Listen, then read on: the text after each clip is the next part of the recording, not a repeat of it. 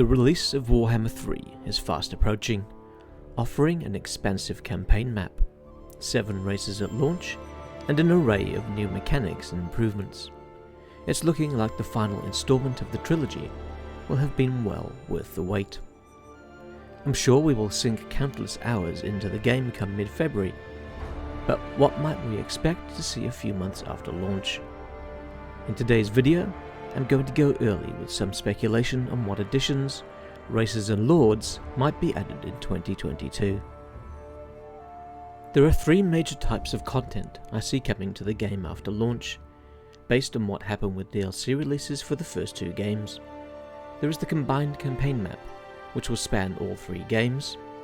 There are the additional race packs, and there are the more numerous lord packs. Let's focus at first on the combined campaign map, which will take everything we have seen in games 1 and 2 and add them to the new content from game 3's launch. We will see a massive new map, which will stretch from the lands of Lustria in the west, through the Old World and the Darklands, past the Mountains of Morn, to the ancient lands of Grand Cathay in the far east. The size should be truly incredible. It will make painting the Mortal Empires map in Warhammer 2 look like a short campaign by its sheer scope. We can see from the footage already released for Game 3's map that the playable area has increased, with there being more conquerable regions than we saw in the Vortex campaign, and far more of the Old World being included than many imagined we would see. The new perspective used was odd when first revealed, and it has squished some areas beyond recognition. The Eastern Steppes spring to mind. But after the campaign flyover video, I'm feeling a lot more comfortable with how the map looks. There is of course a huge new challenge that Creative Assembly face, with the perspective of the Game 3 map being so different from the Mortal Empires map we already have. How will they merge these maps while ensuring that each area is large enough to fit all the factions comfortably? Both those in Games 1 and 2, and the new factions coming in Game 3. Will we see major compromises like we did with the removal of the tip of Lustria and the Southlands? Or will we get lucky and have an expanded map that covers the lands of Ind, Koresh and Nippon, which do not appear on the Warhammer 3 campaign map at this time? I'd imagine that Creative Assembly are well into development of this map, but it's such a mammoth task that I would not expect its release for about 4 to 5 months after we have the base game. Plenty of time for the community to have played the crap out of the Game 3 races and be ready to once again conquer the world with their old favourites. As we all know, Warhammer 3 will see the introduction of several new races to the trilogy, from the hardy warriors of Kislev, to the simple-minded ogres, to the vast empire of Grand Cathay. These, along with the minions of the 4 major Chaos Gods, will comprise the starting options at launch. We can then look forward to additional races filling in areas of the campaign map, in race packs over the game's life cycle. For the first of these race packs, I expect we will see the Dawi Zar, the Chaos Dwarfs, who reside in the Darklands, nestled between the Old World and the Mountains of Morn, and have a deep hatred for their distant kin in the Old World. I'd imagine they will be led by Zatan the Black, Astrogoth Ironhand, Gorth the Cruel, and perhaps Drazhoath the Ashen. Creative Assembly have pretty much committed to their inclusion already, as they stated that every faction with an official army list would find a place in the trilogy, and they're the last faction that fits this definition, except for the Dogs of War, which are more mercenary than a defined faction. The subsequent race packs are a bit tougher to call, as Creative Assembly have been more tight-lipped about the longer-term additions. We could very well see the Hobgoblin Khanate, who could fit in the area just to the northeast of the Darklands, since their true home of the Eastern Steppes has been pretty much deleted. I made a video about their roster and mechanics a number of months ago, and the link should be appearing right about now. I think they would be a great addition if based on cavalry and cavalry archers, with a hit-and-run style of play unlike any race we have seen.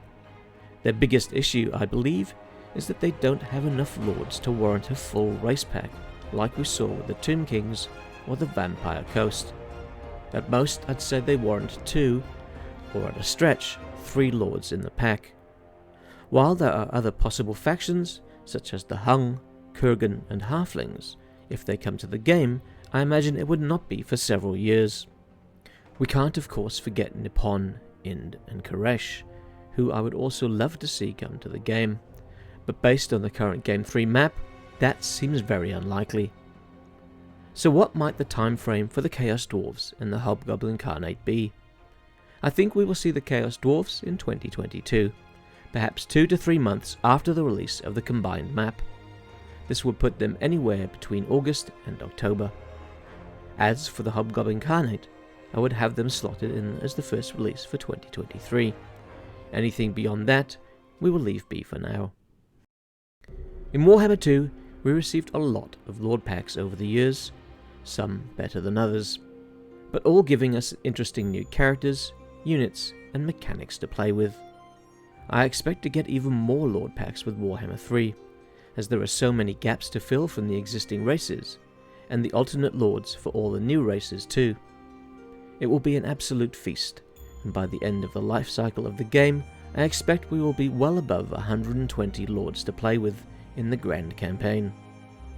So, assuming we see the Chaos Dwarfs appear between August and October, that gives us room for a Lord Pack release just before Christmas of 2022. There will certainly be no shortage of candidates for the 2 spots in the Lord Pack. That is, if the packs follow the same formula of 2 Lords, each with fancy new mechanics and a handful of units. After 8 months, we will be clawing for new Minions of Chaos, new Ogre Tyrants, and more Children of the Dragon Emperor of Cathay. But with limited spots, who will take the honours? Personally, I don't think the first Lord Pack will contain any of them.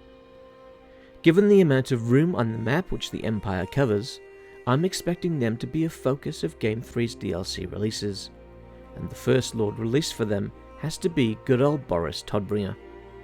Toddy has long been a fan favourite, and he would be a fantastic way to introduce the Empire to the final campaign. But who would he face, I hear you cry? His nemesis is already in the game. Well, we know Creative Assembly has stated that they intend to give Norska a makeover, and traditionally these reworks come alongside a new Lord for the faction. So I think we will see Toddy match up against a Norskan Lord, possibly Lord Mortkin, who has a history with the Empire, or Sail the Faithless, who would add a magic-focused Lord to the faction. So the roadmap for 2022 would look something like this. Starting the year off, we have Total War Warhammer 3 release in February. 4 to 5 months later, we have the Grand Campaign that combines the Game 2 Mortal Empires and the Game 3 maps. 2 to 3 months after that, there will be the first race pack for Warhammer 3, the Chaos Dwarfs, filling the rather empty Darklands. Finally, rounding out the year, we have the first Lord Pack featuring a rework for Norska, a new Norskan Lord, and Boris Todbringer. To me, that's a pretty good first year for the final installment of the franchise. How much content do you believe we will receive for Warhammer 3 in the first year? I'd love to hear your thoughts, so please put them in the comments section below. If you enjoyed this speculation video, then please like, share and subscribe, and make my Christmas that extra bit more merry. This video was brought to you with the continued support of my patrons, thanks to Hot Apple Pie, Alexandra and Solarith Magnetar. If you would like to help the channel, then why not check out my Patreon page and join them. I'm Grey Tiger, thanks for watching, and have a very Merry Christmas and a Happy Holidays.